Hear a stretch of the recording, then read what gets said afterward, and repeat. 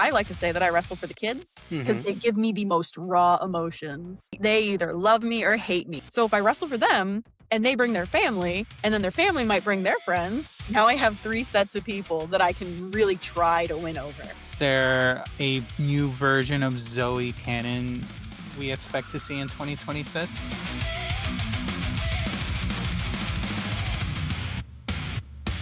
All right, we're here. What's up, everybody? Welcome back to the Tea Drop.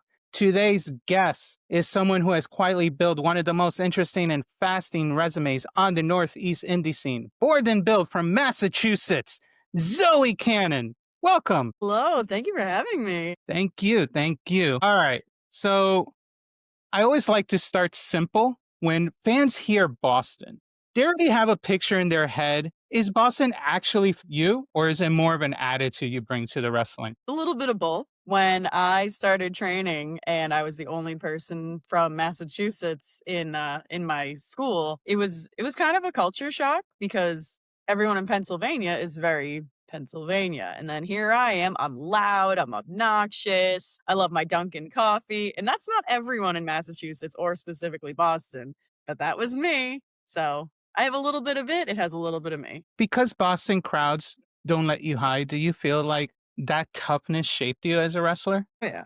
Oh, Nice. yeah. I grew up with a lot of brothers and sisters, all older than me, and, some not very small, but also not very big cities. And I would have to walk around because, we only had one car. And as I grew up, things got a little bit tougher. So I met some interesting characters along the way that really shaped me to be a little bit tougher than I probably needed to be, but I did it. Any examples you like to share?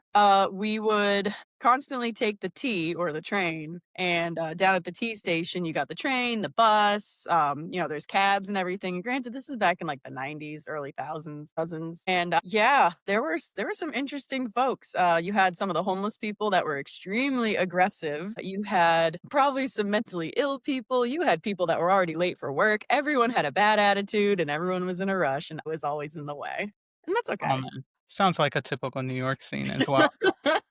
That that's my everyday subway scene, but we won't go into that. All right. But before any of those matches, the titles and the grind, I want to go back to where this has all started. So let's go to where wrestling entered your life. Before training for matches, were you always a wrestling fan, or did you find wrestling at a later time? I was always a fan. I grew up with some of my brothers watching wrestling, and I wanted to sit with them because we had one TV in the whole house. So I'd sit with them. I'd watch. I thought it was really cool. I really loved Undertaker because I was like, he's so cool. He's tall and menacing, and I want to be like that. And I was neither tall nor menacing. So it kind of gave me this imaginary escape that I could go to, which is fine. As I grew up, it was kind of in and out. Like I would watch it, I wouldn't watch it, I would watch it, and then, it was always back and forth. And then in my mid 20s, I realized that there was a thing called the independent scene because Yes. I had it. And I say this on every podcast. I had no clue that the indies were a thing because in my mind, WWE just called you up and said, "Hi, we're WWE and we want you to work for us." And then you go, "Okay," and then you do it. Hmm. Not a clue that there was anything in between then. So it was kind of, it was a shock, but it was fun because I was like, Did "Oh, I you wanna do that." did you watch any other promotion besides WWE? Like at the time, TNA, I Um, think was also big. yes and no. We didn't have cable for the longest time growing up, and then as I grew up, I realized that other companies existed, but I didn't always have the means to watch it. So, like, I knew Ring of Honor was a thing, I knew TNA was a thing, I knew ECW was a thing, like, all these different things that were happening, but I didn't really have access to it. I mean, maybe I did, but I just didn't know how to do it. It was really just a lack of knowledge, No, but I knew I they hear it. existed. I didn't even know ECW had their own channel spot. I only knew from the tapes. Mhm. So when I found out they were on a channel, by the time I found out they got bought out. So it was too late for that. Besides The Undertaker, what other wrestlers did you looked up to or liked? Like any female wrestlers per sway? I love Trish Stratus for no other reason other than I could remember her name. Okay. Like, well, to start out, that's what it was. I didn't really know like, I knew wrestling, I liked wrestling, but I didn't know anything about it. So I'd find someone and be like, "Hmm, they're visually striking. They're memorable." And I remember there was one match, she's doing whatever, whatever, and then she does, like, this back bend to avoid getting hit, and I was like, "That's so cool." And I eventually learned how to do that after, falling a bunch of times, but I learned how to do it, and it was so cool. So because of that, I remembered her. But then that was the starting point for remembering other people along the way. So I loved Victoria. I really loved Kurt Angle, probably because I was very unathletic and he was very athletic. And I'm like, I'm just like him. Not at all. Just like other people, just along the way, they were kind of just peppered into it. Oh, okay. Yeah. That's an amazing group of people to look up to. I mean, Kurt Angle, one of the They goats all in at my. one point did something that had me remember them, which is a big thing because I didn't remember a lot from my childhood, but I remember them. I remember seeing them on TV. Were they and was one particular out of that whole list a never miss for you? Like, you must if you knew they were gonna show up on TV, you knew you had to watch them. No, because I never knew who was gonna show up. I didn't know how to follow storylines as a kid. I just knew that this guy looked cool. Okay. That's it. Did you meet any in person as of yet? Uh, the first ever independent show that I went to, which was in 2019 or 18, I think it was 18. I didn't know the indies existed, then I found out they existed and was like, "That's pretty cool." The first ever show I went to was in Fall River, Massachusetts, and I met Tommy Dreamer. And he was at his merch table. I think he was just setting up. I didn't bring any money because, again, I didn't know anything. Like, I've been to concerts, but I also didn't have any money for concerts. Now I'm a little bit older and I'm like, I just want to see people. I just want to see what it's like. And he sat and talked to me for like 5, 10 minutes. And it Mhm. was so surreal because I'm like, do you know who you are? Like, do you know who you are at all? Like, you're really cool. And he's like, yes, yes, I am. I'm sure he gets that all the time. I mean, I think he does. he's one of the best. When you look back at all that now, do you think any of those wrestlers shaped how you see wrestling, even if your style ended up being a little different in the ring? Oh, yeah. Oh, yeah. I remember when we were in training going over, like, character versus gimmick or persona or, like, what makes a wrestler, and, it's you turned up to 11 and what like, it's about what you say and how you say it, and I think back to the people that I remembered as a kid or even in my 20s I remembered, and what made them so memorable, and I so badly wanted to be like Undertaker. But I couldn't figure out what it was about him other than being tall and menacing. But I'm 5'2". I'm not very tall, and I'm loud, and he's not. So what is it about him? 'Cause he's quiet. That just makes me want to be like him. So I gathered, character traits for him. I tried looking at other not wrestling traits from other people, whether it was famous people or people on the independent scene, and I'm just like, "What is it about them that makes me gravitate to them? Because I wanna just make that into my character."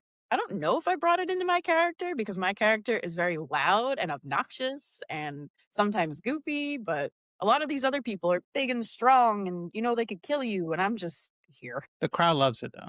So you're not They doing seem to enjoy nothing it. wrong right now.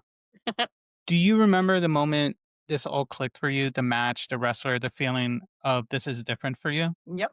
It was, May of 2024. It was Zoey Cannon versus JS Hawthorne for the 3LW Heavyweight Championship. Hawthorne was the champion, and I was going after it. And I had never wrestled Hawthorne, even though I have been in other intergender matches, I've been in other championship matches. This was different. And I don't know what it was about it that was different, but I finally learned to have fun, and I knew it was okay to fail. I wasn't aiming to fail, but I knew that failure was an option no matter what, and as long as I'm working with my opponent and that things are gonna be okay, then I'm gonna be okay. And it was something within Hawthorne working with me, even though he's my opponent, he's working with me, that just my brain just went, "Oh, this is wrestling. I get it now. Sure, I have a lot to learn. I don't know everything, and that's okay." But, everything that I had learned from that point finally came together in that moment. I still lost, which is fine. It's fine. I won later. Exactly. It's all about the moments. Mhm. When you look back at it now, was when you watch wrestling that attracted you? Was it the physicality of it all, the characters? or the storytelling that hooked you into wrestling? The characters. Storytelling can sometimes go off the rails, like how you just saw recently in WWE where, that title change that supposedly wasn't supposed to happen, But in happened. NXT with, yeah, with the Yeah. North American Women's title, yep. Yeah, and, like, sometimes things just go wrong. You can aim for a storyline, and sometimes you just don't nail it, and that's okay. And then, like, the physicality part of it, I've fallen many times. I am not extremely strong, and that's also okay. These things are out of our control sometimes, but Mhm. as long as you know yourself and your character, you can cover it up. You can make it better. So it was really the characters because I wanted to be like them. I did not wanna do a swanton bomb. I did not wanna learn how to do all these flippy dippy things. They would be cool, but that wasn't the goal. The goal was to be like them, and like them meant inside and outside of the ring. Okay. A little talk about current events. Mhm. Want your opinion. What did you think about John Cena's retirement tour, and more specifically, the last match and how it ended? The tour was really straining on my heartstrings. It was sad knowing that the ending was coming for so long. Yeah, it was sad. It was a happy sad though, because you finally get this closure. The ending, it's hard to explain. That ending in any other match Mhm. at any other time would not be something that a promoter would probably be happy with. But it was okay for this one. Okay. It How was so? okay. It was time. It was time for him to retire. He knew this. The whole world knew this. So to go out in a way that's controversial keeps his spirit alive. It also helped Gunther Mhm. and making him a hotter heel than probably close to how Brock Lesnar when he beat the Undertaker. And Because that made me, him winning this way though, yeah, it didn't just end with the bell ringing. It continued on into the next show where everyone's like, "Boo, you suck, Gunther." And he kept going with it. He had something to carry with troll him. status, love it. Like, I hate trolls on the internet, but when they deserve it, Mhm. that's how you do it. Now, what do you think about how I don't know if it's the whole wrestling world, I'm gonna call the C Nation, how Uh-huh. this nation reacted. Do you There are videos out there, besides people being upset, besides people overreacting how he tapped out because he smiled, to even if you saw in DC the video, Mhm. there's a video of someone recording Gunther leaving the arena and being almost crowded. Luckily, there was enough security there, but he was pretty much getting mobbed. Oh, yeah. Do you think they overreacted, or you think it was always part of WWE's plan? I think it was always part of the plan, because the goal as a wrestler, or at least one of the goals, not to fully pull the curtain back, but it's at least a goal that I have as a wrestler, is make someone feel something. They can love me, they can hate me, they can be fearful of me, they can be very sad for me, whatever it is, my job is to perform and to make them feel something. And if they feel something, they're gonna remember it, like when I was a Guaranteed. kid. Yeah. So, I think it was all kinda part of the plan, and everyone played their part so Mhm. well that that's why we're still talking about it. Until 2 weeks later. Yep. Um, are you in agreement, since you talked about pulling back the curtain, are you in agreement with what WWE is doing right now with the Netflix show that I forgot what it's called, where they show the behind the scenes? Well, yes and no. Social media is such a big component for the average fan to know what's going on behind the scenes, whether it is, Netflix putting something out there, or even just a wrestler taking a picture, or one of those like get ready with me videos prior to a match or during the show or whatever. Fans and other people that are not physically at the show, myself included, like there's a show going on today and I'm not going to be there. That's fine. All my friends are going to be there. I just can't go today. And even though I'm not there, I still know what's going on because someone's going to put up a video or pictures. It's not a bad thing, but it kind of takes away a little bit from what's going on. Putting up like old pictures and old videos of something that's not happening today, fine. That's why, because we can always look back at it and be like, oh, I remember that match between person A and B. And, I didn't realize they were really good friends. But having things kinda happening now and posting about it now, it No, really I takes away from the joy. it takes away with it. Like, how we see when it came to the John Cena retirement, I felt how they were gonna end it. I didn't know it was gonna end with a smile though, but, that's a separate story. But I was more ready for this than I was with The Undertaker losing at WrestleMania. and getting the streak broken. It was more of a shock because we didn't see that coming. It was very hitting Exactly. and it was part of that illusion. And it gave more heat for Brock Lesnar because he became that unstoppable beast that no one can stop. Now, Gunther will become unstoppable, but now we have a little behind the scenes. And I'm sure they already planned another Unreal, and that's that Netflix show. Um, Mhm. they're probably gonna expose something of that.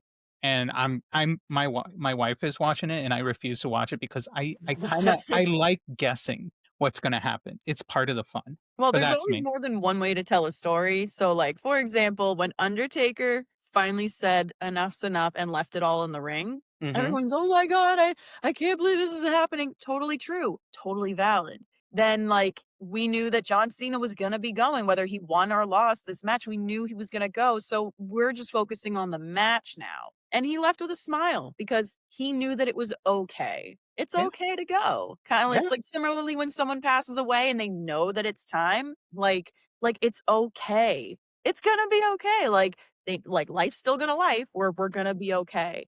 And then even for, I was at TNA in Boston when the Dudleys had the the won that Dudleys. stable match. Yeah, And I didn't necessarily know what was gonna happen, like, I had an idea, but also mhm, no one straight up said, "Hey, by the way, Zoe, this is what's gonna happen." So I'm experiencing it live, I was part of the extra crew that day, so I am ringside, mhm. and I'm watching this happen, like, feet away from me, and I'm sitting there blubbering, and I'm like, "This is so sad." But every single person in there, even though they told a story a different way, they Mhm. still got an emotion out of somebody, especially me. So it's like, it's okay. It's okay. It might not have been the way that I wanted John Cena to go out, but that's okay. Because if he went out as the world's strongest man, then why is he leaving? Yeah. I like the idea that he gave up Yeah. because now he became human. Well, yep. He's not It was time. I'm human, Tell what guys. it I was can't like. be I prefer that than Undertaker. No, I love the Undertaker, but him coming back 20 different times for a match and becoming progressively worse just ruined it for Mhm. me. I'm glad his last match was with AJ, but I'm like, "Yeah, just end it already." But Yeah. anyway, I like that. But let's turn it a little bit. Um, I love the current talk, but at some point, let's talk about you becoming from a fan, taking that leap. And that's where we're going to talk about a little reality. Before we get into the training, I want to rewind to something a little different because this is actually where our paths cross. Yes. Yes. Yes. Yes. Yes. We met briefly back in 2023 at the Brooklyn Comic Con. You were wrestling as part of the one of the convention shows that was there, and I was there with a wrestling cosplay. I was Stone Cold, uh, and I was part of some of the wrestling group doing some spots and announcements. I had no plan to do anything, but I guess I was convincing enough that Smiley came up to me and said, "I want you to be in a spot." I And love Smiley he so is much. he is so good.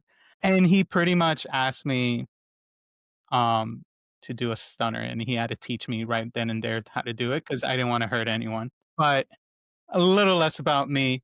For the people who don't know, Brooklyn Comic Con regularly includes live wrestling as part of their programming ever since they started, I think in 2018 or 2019. What was it for you like experiencing wrestling like that, wrestling at a Comic Con where not all the audience is there for the wrestling and they're not there specifically for the wrestling? So, that was my first ever Comic-Con, like, Wow. ever, ever. Okay. It was in New York, and it was the drive up was a journey in itself. I drove up with 2 of the other people that wrestled there, Al Snook and Just Jay. That was actually Just Jay's debut. So, me and Snook had been training and then actively performing for about the same amount of time. He was maybe like a week or so starting before I did for training, and then we both debuted on the same day. And it was like that was a lot of fun. We got a really good connection with each other. And then Just Jay started a couple months before we actually debuted. So he learned everything real quick, and we're all working together. And we couldn't be prouder of Just Jay for his debut because he did phenomenal. But me going into it, I was terrified. I think I was more scared than Jay was because I'm like, this is my first time wrestling in New York. This is my first time wrestling at a Comic Con. I don't know what the crowd is like because I've only ever dealt with this one kind of crowd, which is my hometown crowd of where I'm wrestling at. So they don't know me. How do I connect with people that don't know me? How do I get them to love me or hate me? My opponent was Kiki Van Gogh. Phenomenal woman. Phenomenal. She guided me through everything. She knew I was scared because I told her. And she said, "Honey, there's nothing to worry about. We're here to have fun." And I was like, "Fun? No, no, I can't have fun." Nope, she was one of the first people to tell me, like, "We're gonna have fun, and it's gonna be okay." I didn't know what to do. As you remember, that day was extremely hot. Yes. Extremely. The canvas was all black, so it was really hot. It was in the direct sunlight. There were Mhm. no trees, there was no wind. My entire outfit was all black. Kiki's outfit was all black, and we tried, like, moving around in the ring a little bit before the show just to see, how the ring is, because you always wanna test it out a little bit to make sure it's safe. And as soon as we got in the ring and we're facing each other, real quiet, she goes, "All right, any falls we take, get right back up because this is really hot and you're gonna burn yourself." And you could feel the heat coming up through your shoes, like, especially I could. And I'm like, "I'm gonna get a burn, like, in this ring, and I'm not doing anything." I had a lot of fun in that match. I really got to just, like, let go and just have fun. Your spot was so funny, and I had no idea anything I about Comic Cons because again, Yeah. never been to one. And I think, like, me, Al Snook, and Just Jay turned a corner, and it's you, and then the Machoverse dressing up Yep. as Macho Man. Yep. Um, there was, the guy dressed what was he, Seth Rollins? No. Yes, Seth Rollins. So Chris Wayne, he was Yeah. dressed up as Seth Rollins, and that was the time that Seth got those big red shoes. Yes! Oh, I have the pictures of it because I was Yes, going through my pictures. and phenomenal Um cosplayer too. I turned So the good. corner and I'm like, "Oh my god." I fan freaked out so bad. Like, I'm supposed to be one of the actual wrestlers on the show, but I'm like, "Can I get your autograph, you guys?" Yeah. I was as shocked as you were. I'm so much because that was the first time I actually went full out dressing as a wrestler. You did really well. Yeah, because I met Machoverse and Chris Wayne at Subway Mania. So I don't know if you heard about that. So I finally was able to go to a recording a year prior, like about 6 months prior to see recording. That's where I met Huh. Machoverse for the first time and Chris. And they were nice. They were great. And then I'm like, I want to cosplay now as wrestler. And I got it made it very simple. I was already bald. I had a beard. Why not? Let's make it work. So I made Stone Cold, and he is one of my favorite wrestlers. I still don't have the attitude down. That's more work that I have But to you work know on. what? It's okay. And Yeah. when anyone, 'cause, I posted up the pictures of me taking the pictures with all of you guys, and, like, some dumb smart mark was like, "That's not really them, right?" No No block, shit. like, sorry if I can't swear. No, no, no, fine. It's called Like, beeping. It's okay.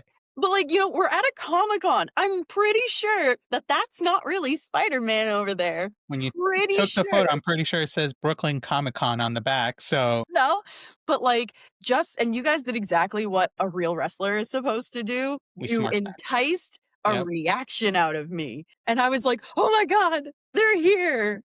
You Sure, have of course you're not the real Stone Cold, I know that. Anyone scripted. that doesn't know, like, truly and fully know that this is not 100% real, those are the ones I worry about. Because it's like, do you also believe that My Little Pony is real? Are you also completely sure that Spider-Man flies around the city? Because it doesn't. He doesn't. But then there's those people, but then there's the people that want to destroy you enjoying the product.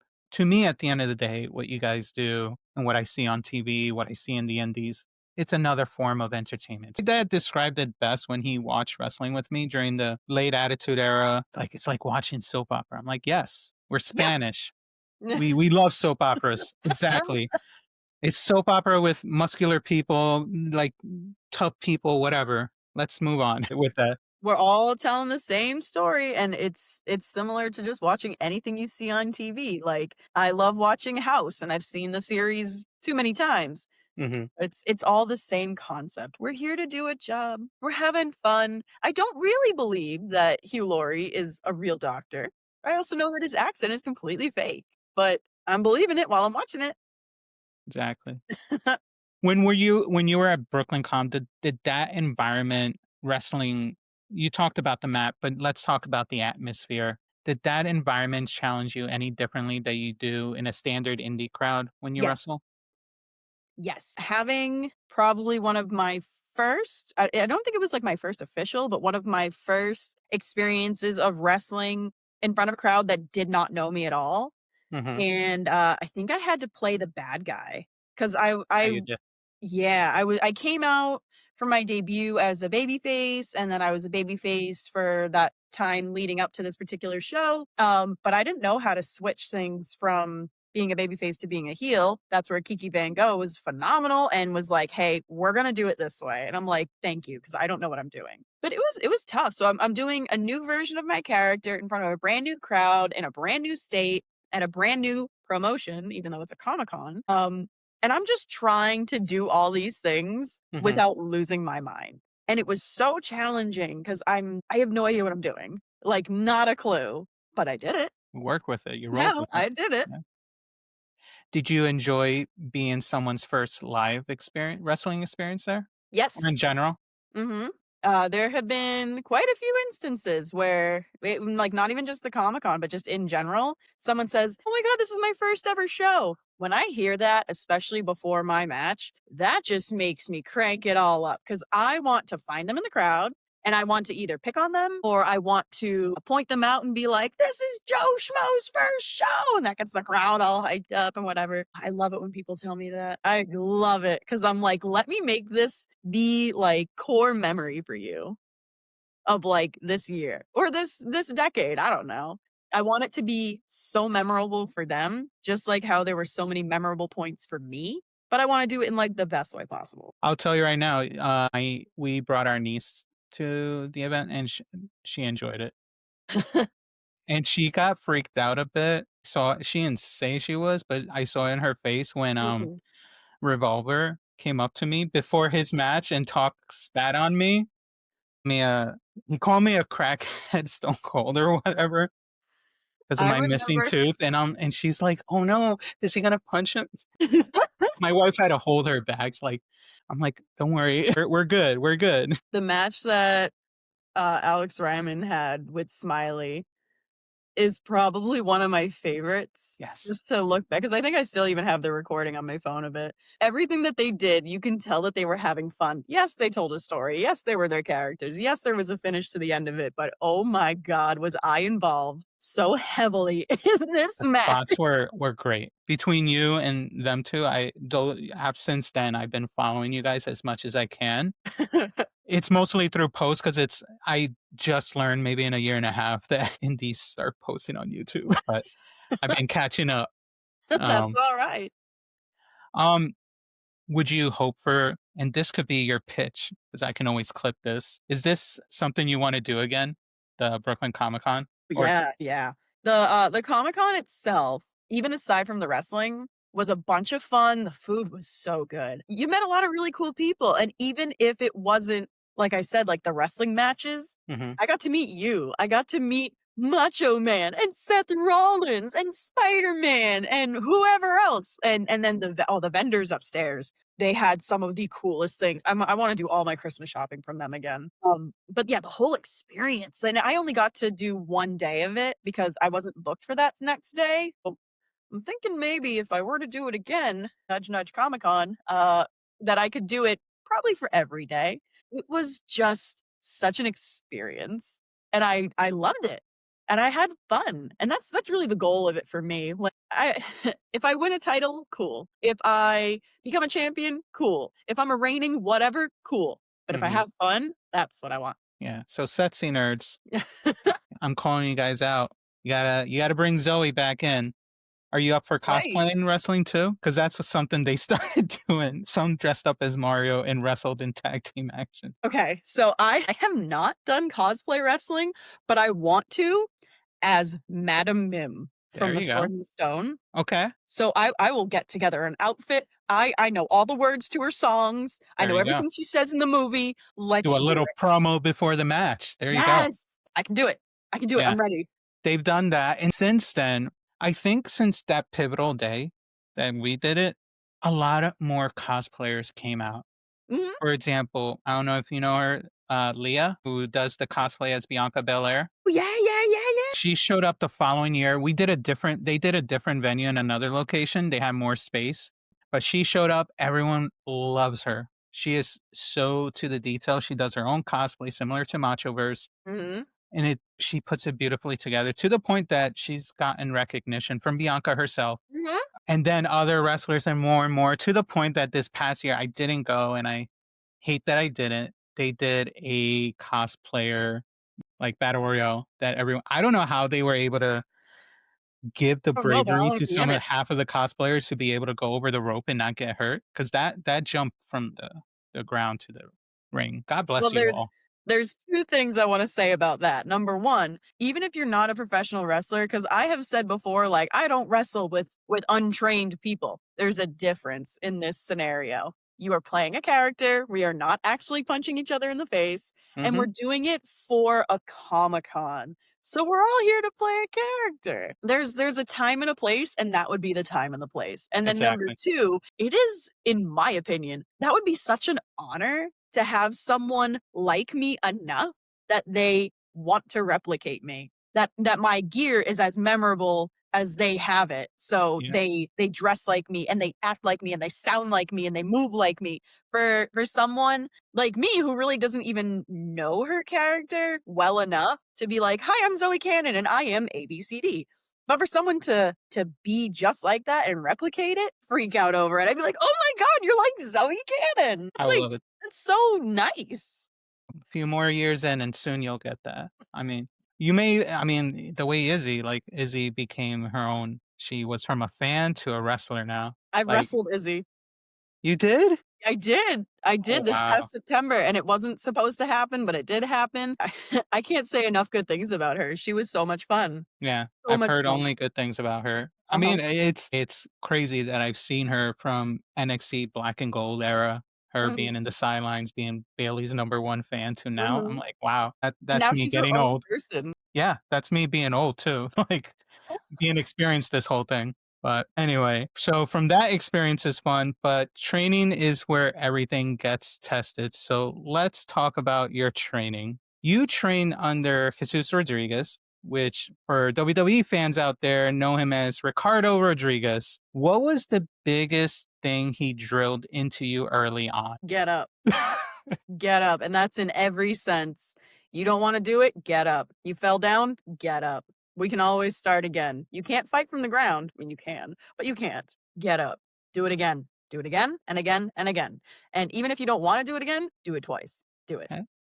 Mhm. What was that the hardest thing for you to get right Oh, when you oh, first started training, or was it something else? but no, it was the mental block. And I had a lot of imposter syndrome, and I still kind of go through it a little bit. I started training, and it took me a couple weeks to do like even a front roll properly. I was not built for wrestling. I am built for feed, not for speed, and I am not moving anything. Like I did band my whole life, so I didn't really have to like move or do sports. But I'm in the ring at some point, and where the ring was in the building, there was a wall of windows. And at night, when it would be really dark outside, you could see your reflection in the windows. And there would be points where like I'm moving around in the ring, whether it was with him, by myself, with someone else, and I'd look at my reflection and I'm like, that can't possibly be me.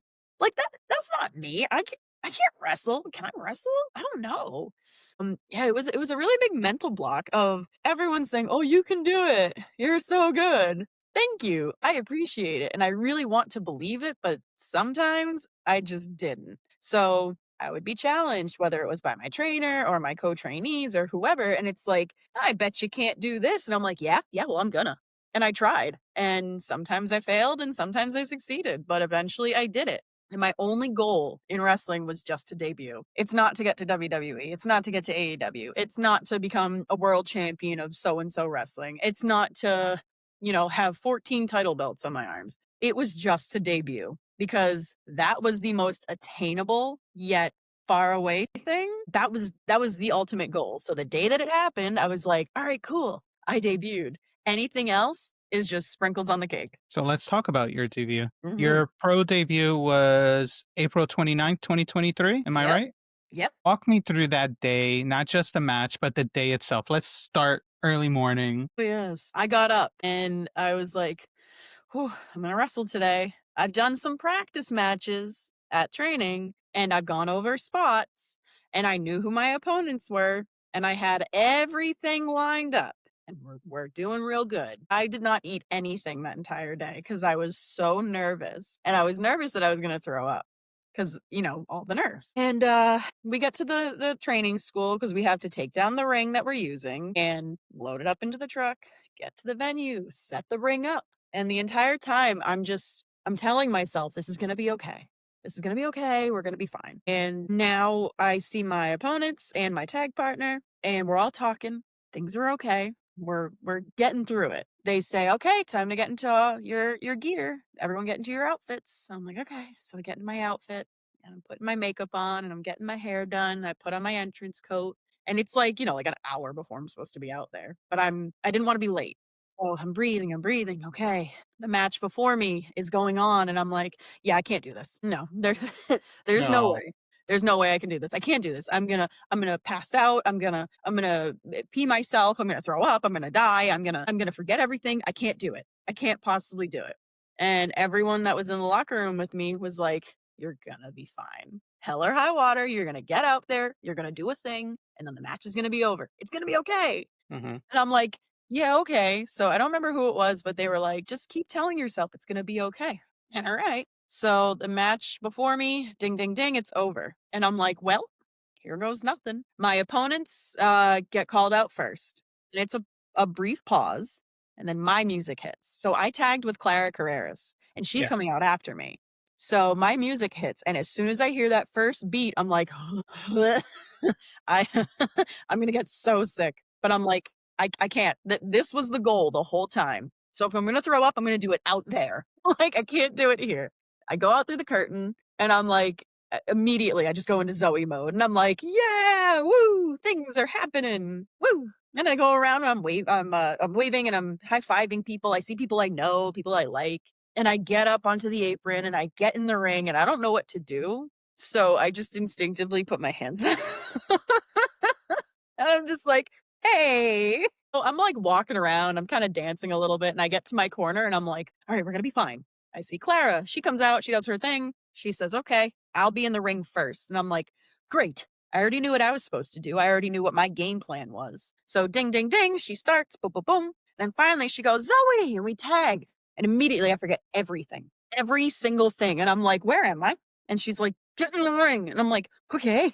And I get in the ring, and I'm like, "Now what?" Wow. Everything was just gone from my brain. Finally, I made it through the match. I was okay. Somewhere during the match, one of my opponents had me in a waist lock, and I was like, and she's just like, "Don't you dare!" And I'm like, "Okay." It was aggravating. It was nauseating. It was an out of body experience. Is really what it felt like. But I made it through. Finally, we won. Well, Clara won. And then she's like, "Get up on the top, the turnbuckle."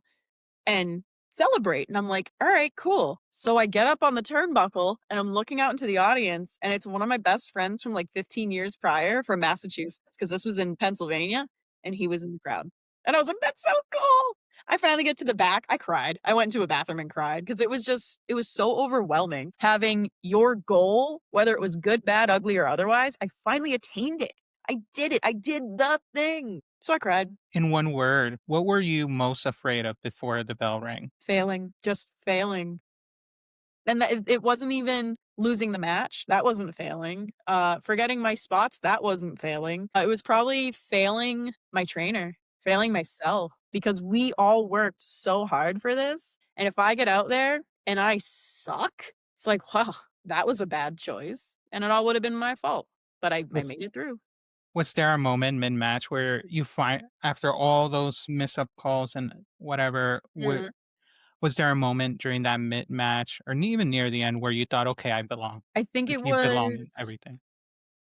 so I get tagged in, I'm doing my thing, and I'm panicking the whole time, and then I tagged in Clara again, and then I get back up on the apron, and that was probably the point where I was like, "I did it. I did it." Because even if I never get back in the ring after that, I got tagged in, and I got tagged out, and I did it.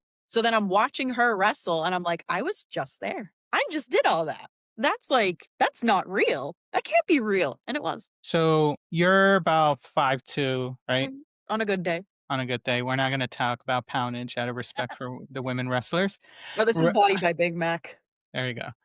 Wrestling doesn't always reward you for your size at first. How did you learn to make that work for you instead of against you? When I started training, I was like 230-ish pounds, probably even close to 250, depending on whatever day you wanna count it. Hmm. When I debuted, I think I was down about 40 pounds, and I didn't really diet, I just ate a little bit better and ate a little bit less.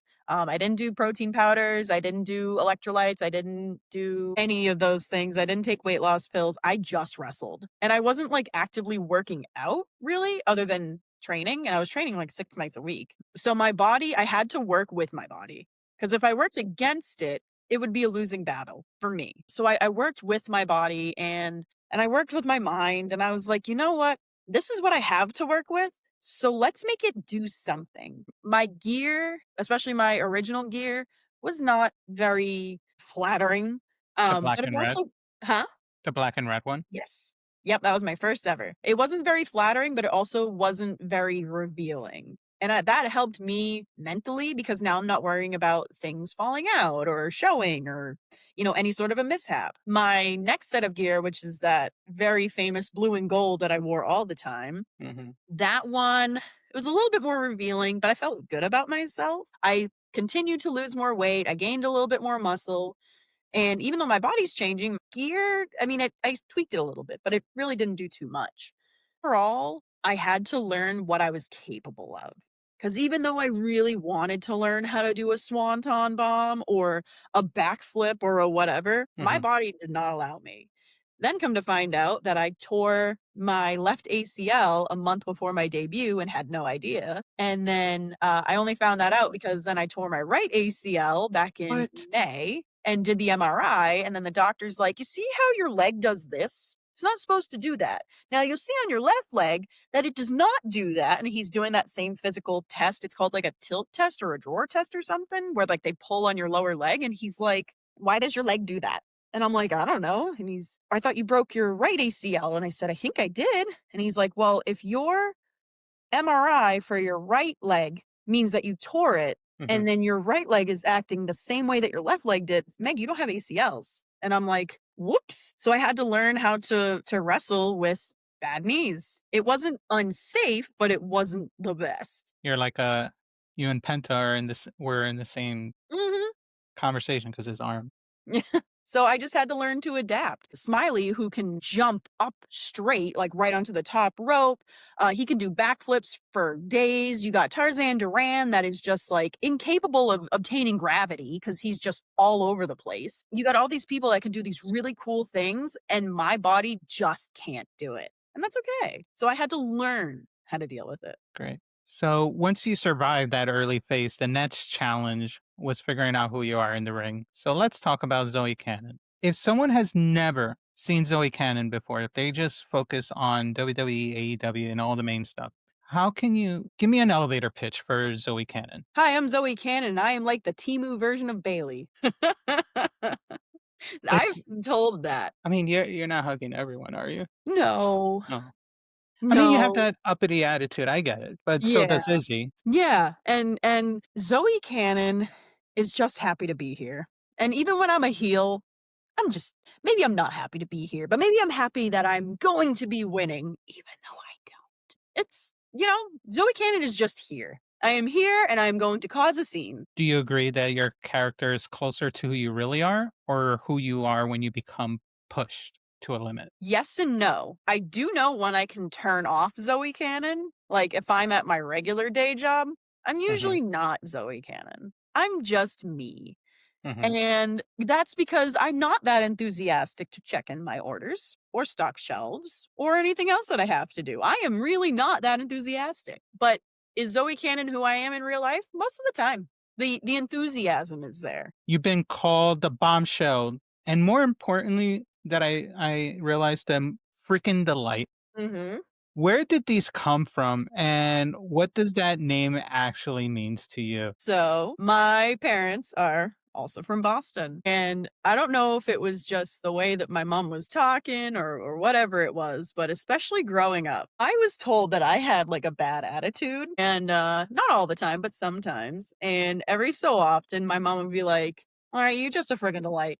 Because I was being a jerk, probably. So over time, when we would be at training, I would start quoting things that like my parents would say because they were also like memorable characters. They didn't do wrestling, but they were these short little Italian people. It was Yeah. they always said some of the funniest things. So I would quote my mom and I'd call them peg-isms because that's what they were. So, someone at training was I don't know whether they had a bad attitude or they were trying to find their heel character or whatever it was, but I was like, you just a freaking delight. And it stuck. So I was like, cool, let's roll with it. The bombshell came because I'm Zoey Cannon, because coming up with this name, I chose 5 first names that sounded Mhm. cool and 5 last names that sounded cool, and I was like, "Huh, if I put these together and kinda mix and match them, what sounds the best?" And Zoe Cannon was the best one that I could come up with. And then I'm thinking, "Okay, if I have to come up with, like, a design or an emoji or something that replicates me, what would it be?" And I'm like, "Oh, cannon, like cannon blast, like a bomb." I get it.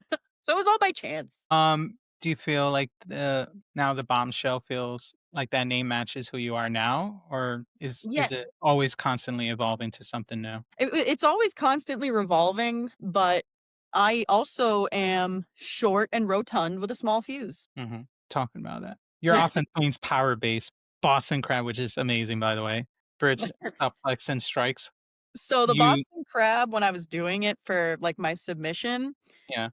it had Boston in it, so I'm like, "That can work because 'cause I'm from Boston." And then it was a submission that I could actually get into, but because I'm so short, it doesn't always work that well Mhm, with people that are really tall.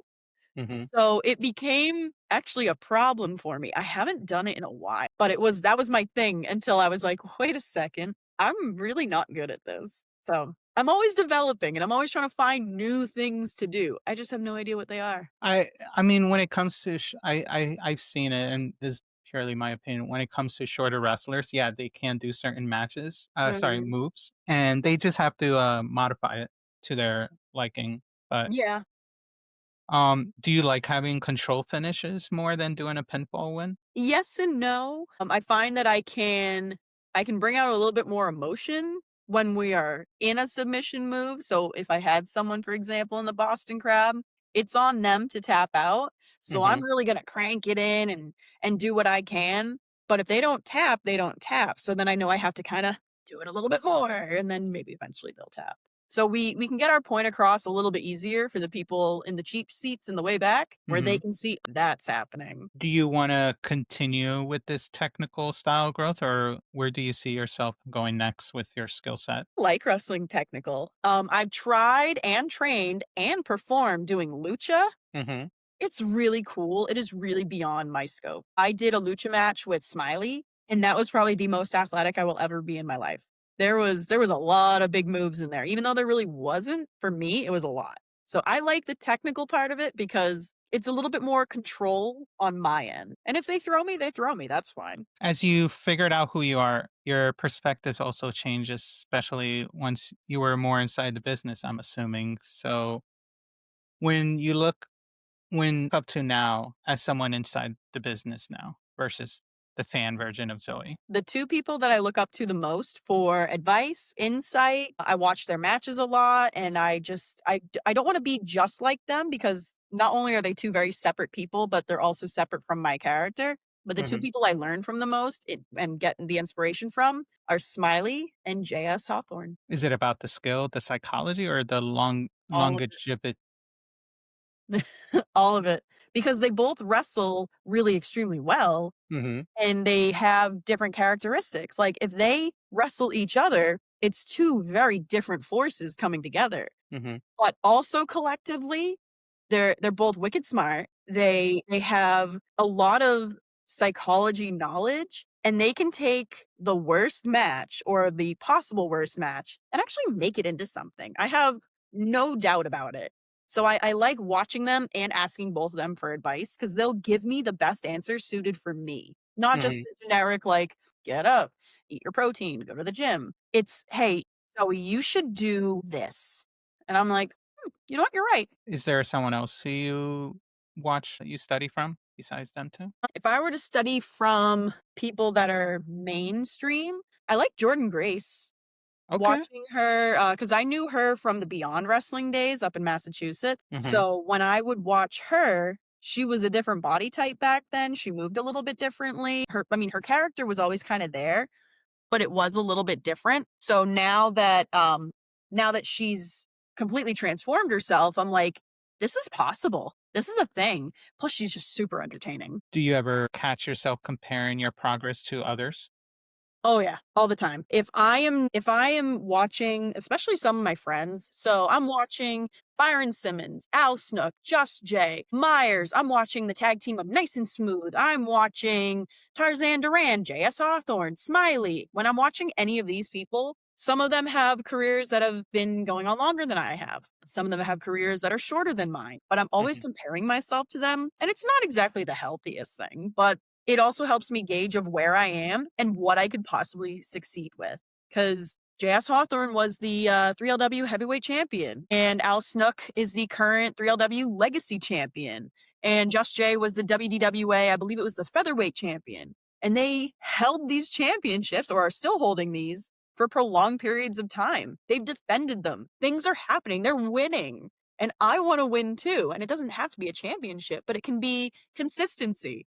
And I Mhm. want that. So I compare myself, but not always in the most negative way. Okay. So this probably going to lead to my next set of questions, which I'm Yes. sure some fans out there would like to have answered. I'm just plugging you in. Yes. Let's talk about dream matches. But let's not be safe. Let's get into it.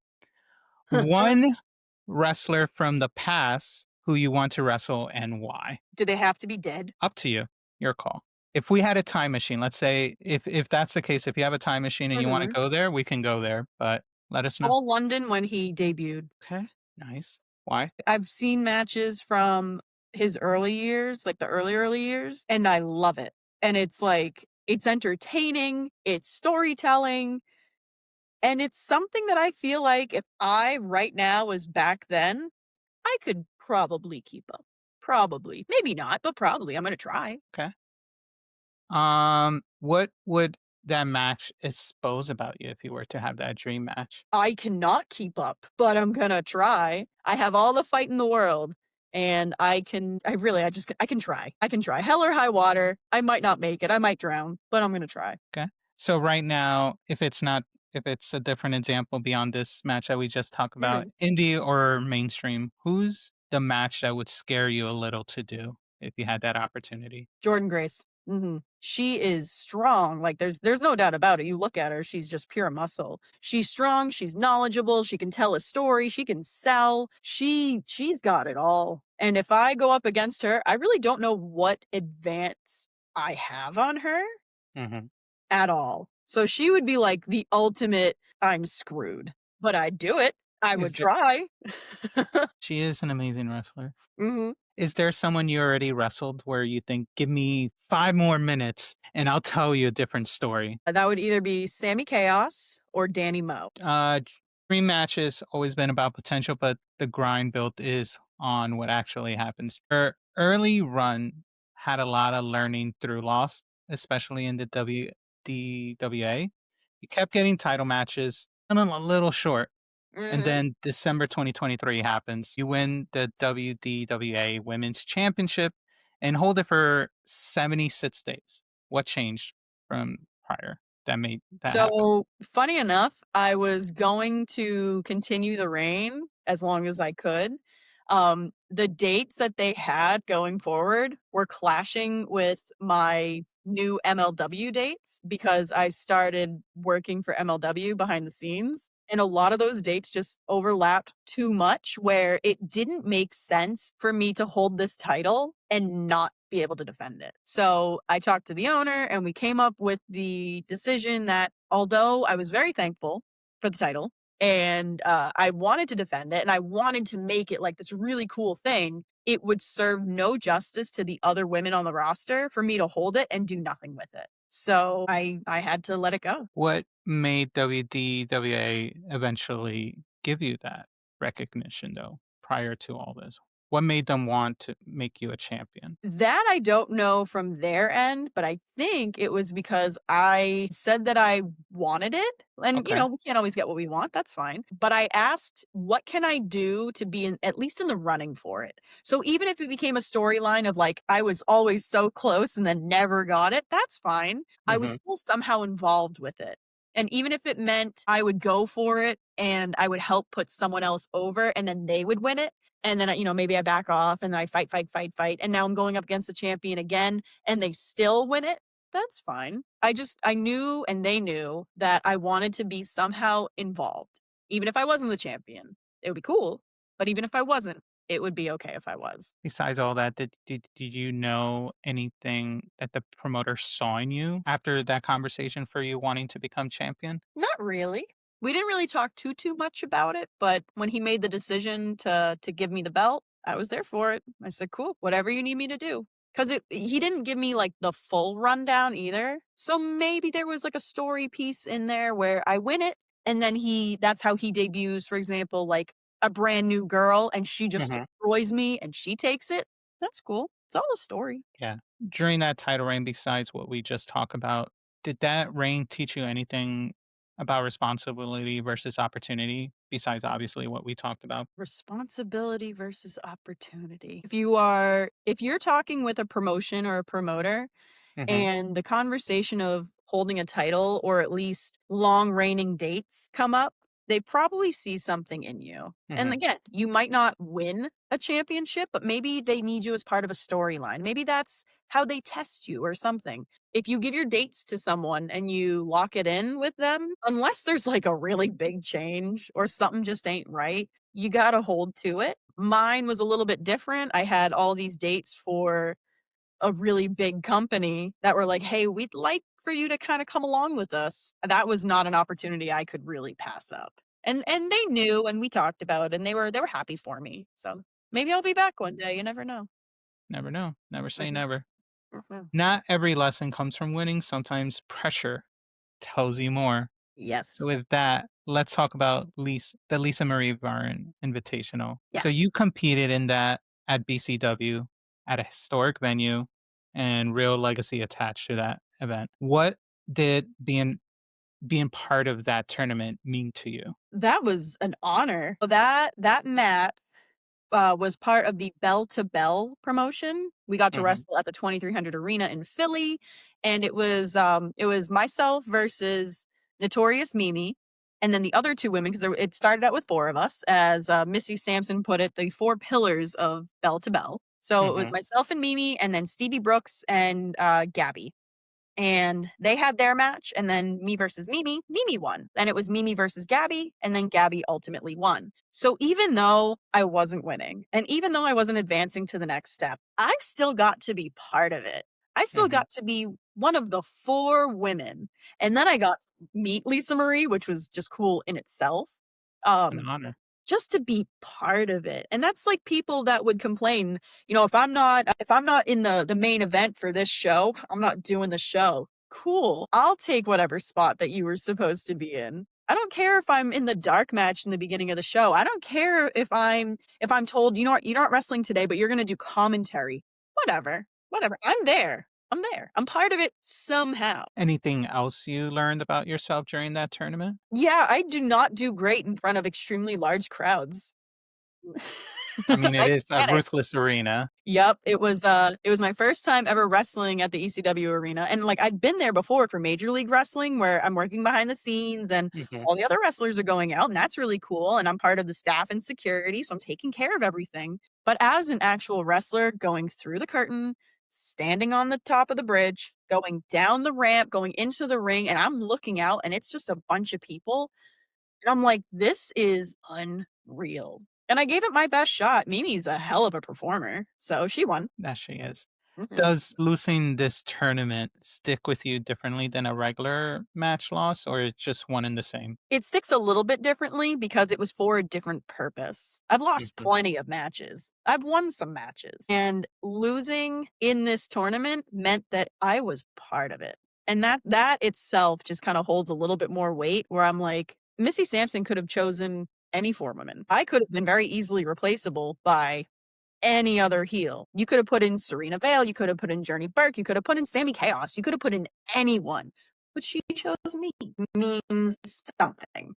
yeah. So now let's go to the one promotion, though, has really been through your line of your career for most of it. So let's talk about Three Legacies. Three Mhm. Legacy Wrestling has been the backbone for most of your training career, singles, tags, even intergender showcases. What has that environment allow you to grow into? It taught me who I was. It taught me to be myself. I used Three Legacies as a platform to kinda compare that promotion and that style of wrestling to other ones. So, the environment, whether it's the locker room, the actual ring, the fans, all of that is very different than that of WDWA or even MLW or Bell to Bell or Focus Pro Wrestling or Fight Life or any of them. It's different, but they're all a little bit different. This was my constant. This was my home. This is where I was every single month for 2-ish years in the ring. So when I always had that safe place to come back to, it helped me realize that these are the differences with other places. It's not always bad differences, but these are the differences. So when I had this constant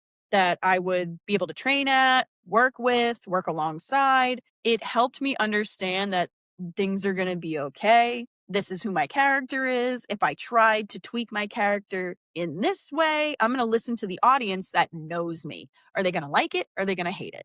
And sometimes they liked it, sometimes they hated it, whatever it was. So it was my happy place. It was my safe zone. Let's talk about those fans. At 3LW, you definitely won the crowd. They love you, they adore you, they cheer till their lungs bleed if they wanted to. Probably. What what would you say is helped you win them over at 3LW? For a lot of them, it's the kids. There were quite a few kids that I've met over the years that I remember. I might not always remember their name, but Mhm. I remembered them. There's these 2 little girls that I won't necessarily mention the name of, but every time they see me, whether it's at a show or even at the grocery store, and they're like, "Oh my god, it's Zoey Cannon!" And I'm like, they remember me, and I'm not even doing anything. And, they give me the big hugs, and we're all happy to see each other. I like to say that I wrestle for the kids because Mhm. they give me the most raw emotions. They either love me or hate me, and I always get anything that I want out of them, as far as these shows go. And of course, their parents have to bring them, Yep. so that's more people that I get to have fun with, but, oh yeah, the kids, because 'Cause I'm not here to win over, the pack of college boys from Millersville University that showed up because they had nothing else to do on a Saturday probably, and they're avoiding their finals. I'm not necessarily wrestling for them. I wanna wrestle for the kids because they are so much fun, and they're so responsive. So if I wrestle for them and they bring their family, and then their family might bring their friends, now I have 3 sets of people that I can really try to win over. But, oh yeah, those kids, all day. I love wrestling for them. Who knows? One of them can become your Izzy. You never know. Oh, I'd cry. I would cry so Did much. you notice that, Bailey started some type of wrestling thing on YouTube now? She had that moment with Izzy finally, which was heartbreaking to not heartbreaking in a bad way, but like, "Oh my god, it finally happened. Oh, Now we yeah, just need to see this in a." you And could feel how they felt in that picture because you knew the backstory to it. So even if in, like, I don't know, 10 years, if I'm lucky enough to still be wrestling or even be part of the community itself, and I have, like, one of those 2 little girls be like, "Zoey Cannon, I'm gonna be a wrestler just like you." I mean, the very sarcastic side of me, which is the very real side of me, would be like, "Yeah, dream big, kid." But the other part of me would say, "Alright, Zoe, you did your job. You did it. You inspired someone to do something good that is not, aggravated assault. You did something good. You inspired a little kid to do the thing, whatever it is." who thought of the canon event segment? Me. Okay. That comes from 2 different parts. I was doing the promo. It was for 3 Legacies. It was for JS Hawthorne. So this was right before the May 2024 match, which changed my life. Mhm, Before that, Hawthorne was doing you call it an open audition for mhm. anyone to audition to be his next opponent. So you had like Byron Simmons, and he was, flexing and doing all of his things. And then you had Al Snook, and then you had Just Jay, and you had all these different people. And I come out there with my clarinet, and I'm like, this is an audition, and I've done auditions. So we're going to put together my clarinet and we're going to talk about it and, whatever. And at the end of the promo, like my mouth just keeps going and the words they're there and they're trying to all come out at once. And I was like, this won't just be a match. This will be a canon event. And I was saying it as my last name, not fully realizing that a canon event, CANON, is Yep. also a term meaning like a life-changing event. Like this means it. So at the end of the promo, I don't even know if it's on camera. I was like, and this will be a canon event. I get it. So that's where the Cue phrase the Spider-Man Spider-Verse music. but yeah, like, there must have been steam coming out of my ears, but the actual canon event where, like, I have a microphone and I'm interviewing people, that came from another promo that I did where I wore Just Jay's glasses, which every time I wear them, my eyes look huge in it because, like, those glasses, you could see through time with those things. They're so magnified. And I put those on and I was just goofing around and I pretended like I was doing a news segment and I'm like, here we are today having a canon event. And Just Jay, how do you feel? I can't ask you how you see because you can't. And, I'm just goofing off. So that's where it all came from. Thought of the segment with the chicken, the rubber chicken. That's my chicken. It's still in the trunk of my That was good. For 8 minutes, that's pretty good. Like, you got me there. It's hilarious. I didn't even have to go out and buy it or anything. I already just You had it. work with what you have. Well, Exactly. one of the concepts that I've learned to come up with wrestling is, like, it's that whole hell or high water thing. So what can I do if I'm left to my own devices? So, like, if I only have this energy drink, how am I gonna make this the star of the show? I'm gonna find a way, and that's actually what happened with that damn chicken. Because I had it, I owned it, and I was like, "I could use this." And I was like, "Hey, You Stylist, mind if I call you a chicken?" "Cool." you definitely got that skill locked down, so definitely use it in the future because you made that chicken the star. You did. That's all I can remember. I don't even know I forgot the wrestler you were talking about. Casey It because was it all doesn't about the matter. chicken. Because It of was the all about the chicken. You won and lost the 3LW Heavyweight Championship on the same night. in 3 What minutes and 13 seconds. what did that teach you about the moment versus reigns? About moments Get versus the reigns? hell out of the ring after you win. Win and run. Did you feel that moment did that moment feel validating or more frustrating? Validating, actually. So I win, ding, ding, ding, Hawthorne taps out, and I actually can't believe it, and I'm looking at the ref, and I'm like, "Did I win?" And he's like, "Yes, you did." And I'm like, "Are you sure?" I mean, "Yes." So I'm all happy, and I get up on the top turnbuckle, I'm crying, and I lift it up, and I'm like, "This is real." And then, of course, the confetti cannons, and I'm like, "This is so cool." Then I get down, and the ref's like, "Raise the belt again for, like, the cameras." And I was like, "Alright." So I raise it, and as soon as I raise it, Bill Bane's music starts, and I'm like, "You gotta be kidding me." And just to be clear, 3LW doesn't have a women's belt. You're the first women's champ? Yep. I am the first female champion, I am the first student champion, I am the first, um, female student champion, if you combine those 2 together. I am the Why shortest not? reigning champion. I 4. That's 4. You can this could be a There's promo so right here. many things. It could Yes, be a so I promo. was I was the first, and I really don't ever wanna be the last. I wanna see more women win that championship. I wanna see more women win many more champions You wanna many be more like John champions. Cena shaking the hand of the 18th time. You know, like you'll shake the next woman. Maybe. There you Yeah, go. I wanna see more wins for Yeah, women. there you go. No, it's one thing I love talking about a lot is the women wrestler because we need to get them out there. Mhm. You guys, I'm telling you, if you ask me, what's your favorite going back to mainstream, what's your favorite mainstream, PLE or pay-per-view, whatever you wanna call it? I'm gonna say it's Evolution. Yeah. That match and I went to the first live one. I even have the chair. That was my first big date with my wife. Um, but yeah, they when you dedicate that time, everyone gives their all. So Mhm.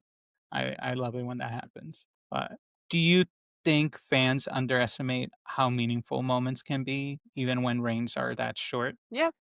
I have people to this day are still, like, wicked mad that I lost the championship, but Mhm. storyline aside, gender roles aside, all of it aside, I got to win, even if it was just for a brief moment. There is a point in history where Zoey Cannon was the 3LW heavyweight champion.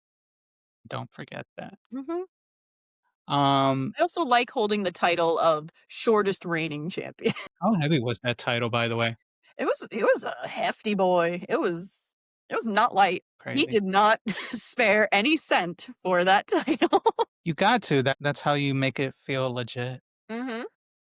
Um, outside the ring, the grind becomes its own challenges. You've worked a lot of intergender matches and tag matches. What changes mentally when you walk into those compared to single matches? Nothing. I'm still having fun. We're both still doing a match. If the physical layout of a person on their body is the only difference, we're still gonna have a great time.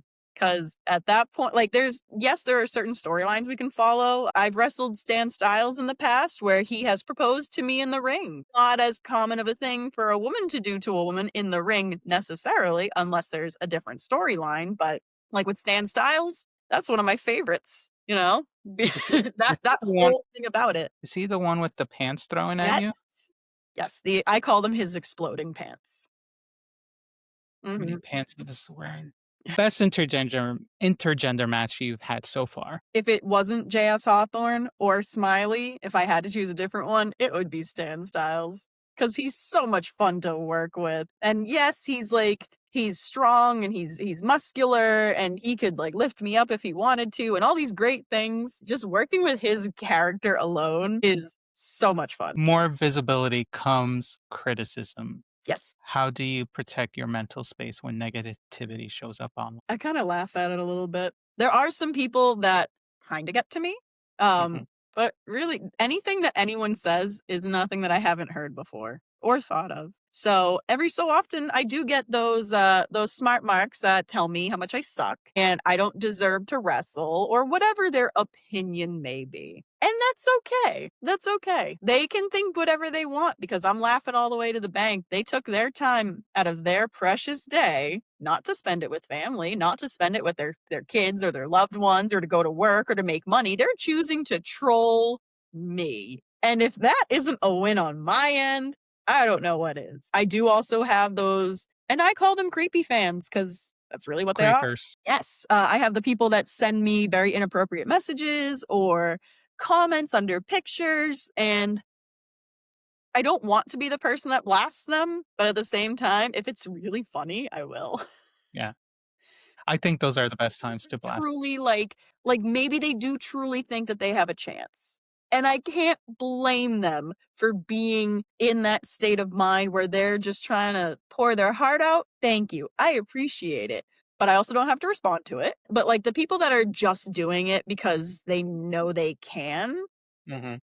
I'll play back sometimes. I'll be like, "Okay, is that what you really think? Let me tell you how much you suck." What's been harder, physical pain or self-doubt? Self-doubt. Anyone can learn the ropes physically and metaphorically. Anyone can try, but if you are your own worst enemy, that's a tough one. Like, I go to therapy. I don't shame it at all. I get help where I can. And if you are constantly self-doubting yourself that you're not gonna do well and you suck and everything is terrible, no Mhm. one else is saying that but you. So the mental hurdles are really big. For those going into wrestling, what's the best way to deal with it? Talk. Talk to your friends. Find out who your real friends are. I mean, I'm always going to recommend therapy to everyone. That doesn't mean everyone's a basket case like me, but Mhm. having that unbiased opinion where you can kind of keep up with someone of what's Mhm. going on and they can probably give you the signal of like, hey, that's a red flag. Maybe don't do that. Yeah, just talk to each other. Don't hold it all in. Let What it out. keeps you grounded when the grind gets heavy? My tag team partner, Byron Simmons. We are collectively known as Democracy Rocks, the intergender tag team you didn't know you needed. I can talk to him. I can talk to believe it or not, even J.S. Hawthorne. I can just talk to people, and even if I'm not talking to people, I can be in the presence of people, and they keep me very grounded. And if I don't have anyone to talk to, everyone's busy, they're doing a show, whatever, I will unplug and just sit and read a book. I ignore my problems until they're manageable. Okay. That brings us to what's next, and I'll probably split it into twofold.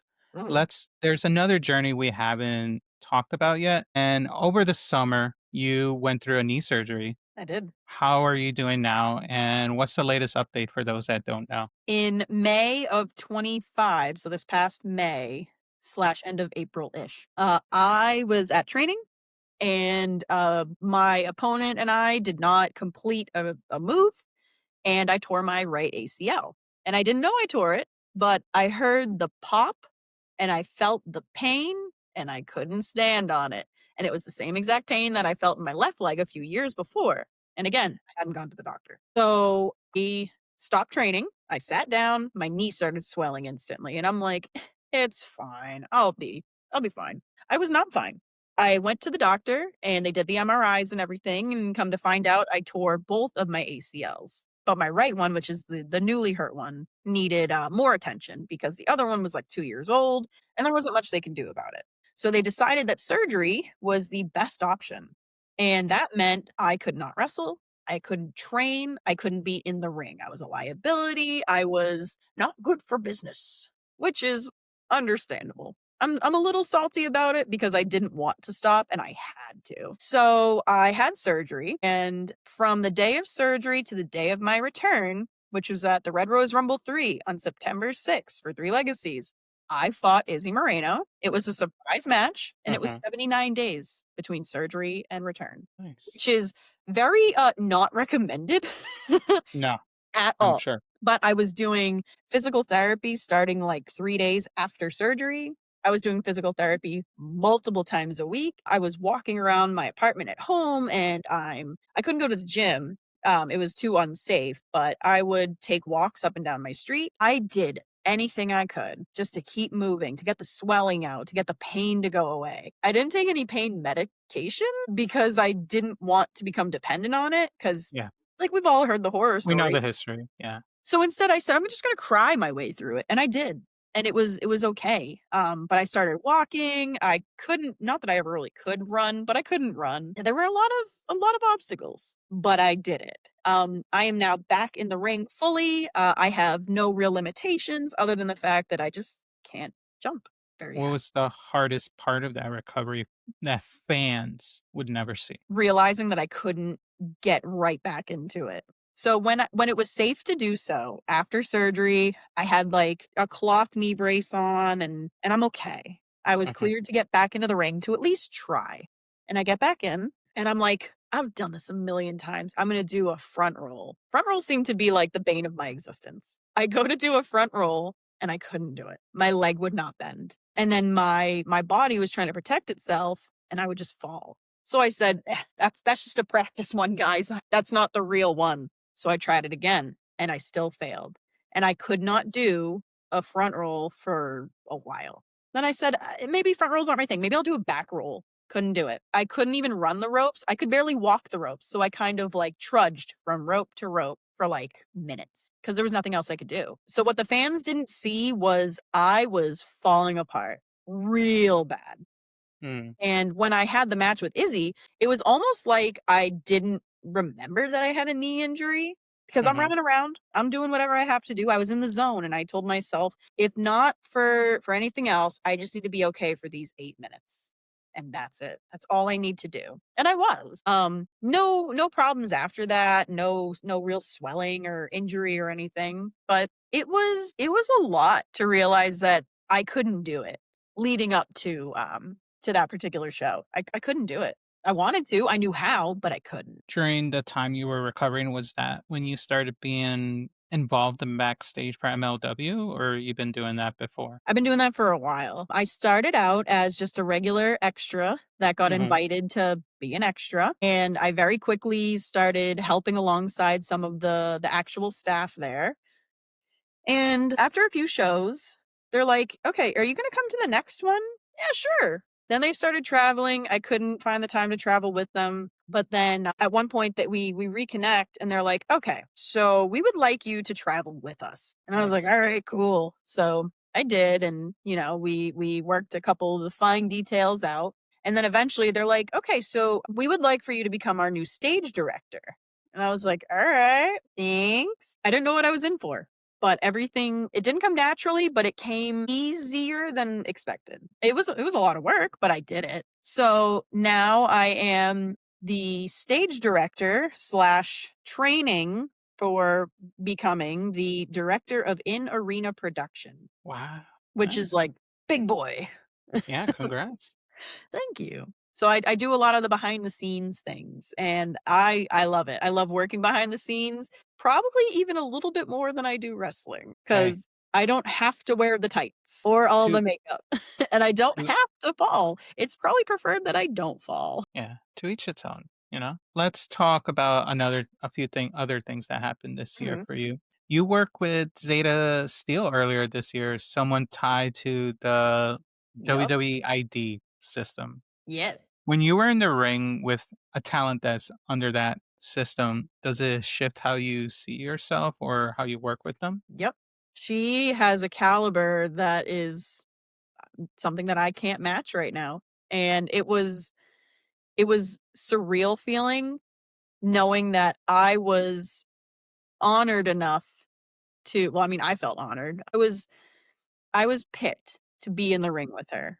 She could have fought anyone else, but the powers that be decided I was going to be that person. He could have chosen anyone else. He could have picked other women that have been, in places like that. Like if he could have chosen Notorious Mimi, who was on NXT for quite some time as Sloane Mhm. Jacobs. He could have chosen Vicious Vicky Venuto. He could have chosen Sammy Chaos. He could have chosen all these other fantastic women, but instead he chose me. So to be in the ring with her and to have our match and work alongside someone that has it, I thought I could do it. And I mean we made it through the match. It was a lot of fun. Yeah, it was. It was a good match to watch. When you look at WWE, AEW, TNA, do you feel as a potential future interest, or is this still something far away or not even of an interest? I would like to. If I had to choose, I really like working as an extra currently for TNA. Hmm. Um I had like a what they consider, I guess, a tryout match at one of their shows. It was not live, but it was for all of us behind the scenes. I got really good feedback, and that helped to also shape how I wrestle and why I wrestle. Hmm. But TNA it's really good. Mr. Bravo that runs a good portion of how things go backstage. He gave me a lot of good insight, and he told me that I'm beginning on the right path. Hmm. So I would want to go where it's familiar, and I have a lot of respect for Mr. Bravo, so I would like to work with him. I am really cheering my heart's intent for TNA to succeed now that they have the TV deal. Yes. I'm a little, as a mark, I am pissed off that they didn't even get a recognition of a potential nomination in Sports Illustrated, but that's a separate fight everyone else is having. But TNA deserves its flowers for all they've done since they rebranded back to TNA with changing the belts. They've gone above Yeah. and beyond trying to work with WWE, and now they have a TV deal with A&E, something they haven't had for years since the Spike era. But what do you think is the biggest thing holding you back right now? Uh, a lot. Holding me back from what would be the question? Wrestling, further progressing in this business. Let's since you're doing more than wrestling right now, let's Yes. broaden it to the whole business of wrestling. What do you think is holding you back within that group? Certain priorities currently. So working with MLW, I am on the road a lot. And Mhm, yes, I get to meet some really, really great people. I get to make new connections. I get to branch out to other promotions mhm. that are like, "Oh, you wrestle too?" And I'm like, "Yes, I do." And, like there's one in North Carolina that just booked me, which is really cool because now I get to expand. The biggest thing holding me back right now is really time. I don't have the most open schedule. Between Mhm. my real job, my family, my mental health, there's a lot going on, and I'm very thankful for the things that I can do. Mhm. I am able to get in the ring on a more consistent basis and work shows that are maybe a little bit beyond what I normally do. Mhm. So maybe having more time working with TNA, even as an extra, as long as I'm there, it's a possibility. I think right now they're in where are they? They're either in like the southeast or the southwest ish. Think they went to Phoenix or Texas this week? Yeah, so Yeah, it's a yeah. little bit further than where I am, but if I can travel more and just kinda be where the things are that are happening, that would be beneficial for me. I go to the gym more consistently now, I'm eating better, I'm finding the things that make life worth living, but that Mhm. also means that I would have to give up my time to do certain things. Let's see. So, like for January, I have a couple different shows going on, and I got MLW at the end of the month. So, I'm not booking any big shows for the end of the month because there's certain things I have to do, and it's all priority. Things are happening. If I had more time, a better schedule, if I had more consistent training, things would probably speed up. Mhm. When you look ahead to 2026, since we're talking about it, what does success actually look like for Zoe Cannon? I want to be on TV just once. Just once. If that's the goal for like, yes, that's not the ultimate goal of my whole career, but if in 2026 I can be wrestling on TV just once, I'd be Do happy. you do you mean TV like AEW, WWE, Any of TNA them. type of show? Do you count, like, stuff on Thriller TV? So, for example, House of Glory, when they go live, they do it on is that another potential? Sure. House Sure. of Glory. Salamonster, come on. I'm really They cool, guys. yeah. House of Glory, the place, the New York arena they do, Mhm. they're chaotic, but Like, it's a I great love working shows of any caliber, mhm. or of most calibers. There are some styles of shows that I won't do just because of personal reasons. So, like, I don't do a lot of, custom shows. What does that mean? I don't I don't like to do shows where it is not wrestling. Oh, okay. Don't There know any about that, so maybe Yeah, there's all different styles okay. of Well shows where if it's not professional wrestling or like Comic Cons, those are fine. Professional wrestling, that's fine. Where it is someone that just has a lot of money that's like, "Hey, you're a wrestler, come perform," and uh, no. okay. Yeah. So I mean, there's all different styles, but that's why doing your research is a very big component. I thought you meant, like, Um, I wouldn't do bloody matches because I feel House of Glory, it's not AEW level blood, but it gets there sometimes. I don't think I could ever be part of a death match just because I'm such a big baby. Like, if I get a paper cut, I'm down for the count.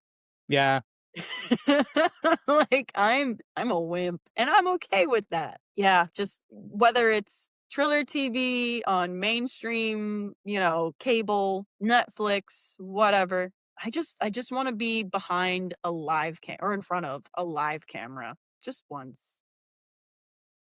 Just before we wrap up, I want to bring it back to the fans who've Mhm. been following your journey and rooting for you ever since. Yes.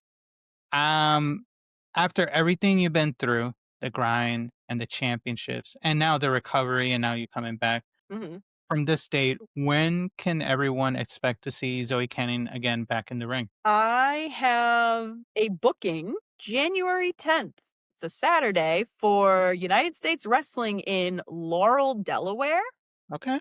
Um, I don't know what's gonna happen, but I'm gonna be there. Is there a new version of Zoe Cannon we expect to see in 2026? There should be. I realized through a lot of mental warfare of myself while I was recovering from my surgery that Zoe Cannon kinda needed to evolve. Mhm. Something needed to change. Because if I left and came back the exact same person, then maybe the exact same things will keep happening. And that doesn't necessarily mean injury, but maybe the same setbacks will still be there. Or maybe the same hurdles will still be there. And maybe I still can't get over them. So Zoe Cannon kind of needed to change and evolve and become better. and to try new different things, even if it meant I was going to fail. So I got some new gear. Great. I have some new things in the works, and I don't know what's gonna work or not, but I'm gonna damn well try. Potential, kind of like how Bailey turned changed, and Mhm. even more recently and beautifully done, Naomi's run Yeah. potentially. Okay. Okay. Can't wait to see this. I'm hoping it doesn't fail, but even if it does, I can't You be afraid. try. Exactly. Before we officially close it out, where can people find you, support you, and keep up with what's next for you? On Instagram, I am Zoey Cannon with 1 underscore at the end. On Facebook, I am Zoey Cannon. I don't have a Twitter because I don't know how to use them very well. You They're don't want to very be there. confusing to me. I'm more responsive on Instagram just because there's way more pictures of cats, and I'm always scrolling them. That's fine. I love cats too. I love dogs too. Zoe Cannon, everyone, the bombshell, one of the most physically grounded, quietly consistent, rising talents on the indie scene. I appreciate you pulling up to the tea drop and thank you for your time. Thank you for having me. This is a lot of fun.